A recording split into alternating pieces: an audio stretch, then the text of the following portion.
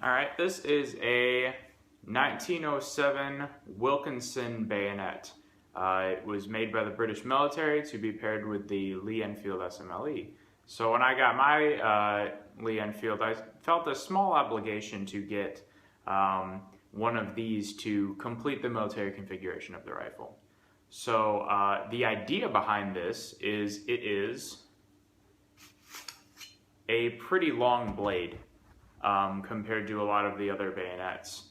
And the reasoning for this was that the British decided to adopt a slightly shorter rifle, so they didn't want to compromise the bayonet length, essentially the spear of their rifles, just because their actual barrel lengths were shorter. So that's why they came up with this. Because this is such a long blade, it has a handle on it, so it can be doubled as a sword. I heard a lot of cavalry in World War I used this as a cavalry saber, so it also has that feature to it. So it is, for all intents and purposes, a sword that mounts on a rifle. A one-handed sword, of course. So one thing that I've never seen on any of the videos that I've researched is a video explaining how to put one of these, or what it looks like on a rifle, and how to put one of these on a Lee Enfield rifle. So I have and it's pretty straightforward. I have the bayonet, I have the scabbard, which is not required, and then I've got my Lee Enfield rifle.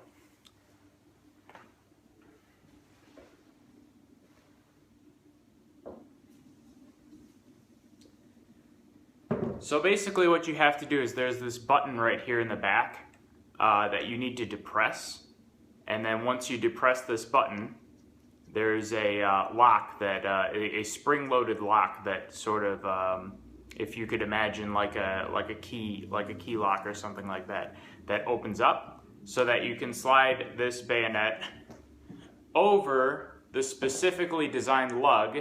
And that's the reason why the SMLE Lee Enfield has a interesting looking front like that, is for the bayonet lug. And so you just go ahead and you depress the button, and then it slides right on. And this is what the whole thing looks like when it's all put together. Which is a very, even though the rifle itself is a little shorter, an overall very long presentation. It actually reminds me of a Japanese naginata with a long pole with a sword-like blade attached to the end of it. So needless to say, you wouldn't want to be on the other end of one of these if you were in a trench, or if you were storming a British-occupied trench, and you had a bunch of angry people with these looking down at you. So that's the 1907 Wilkinson Bayonet with the Lee Enfield SMLE.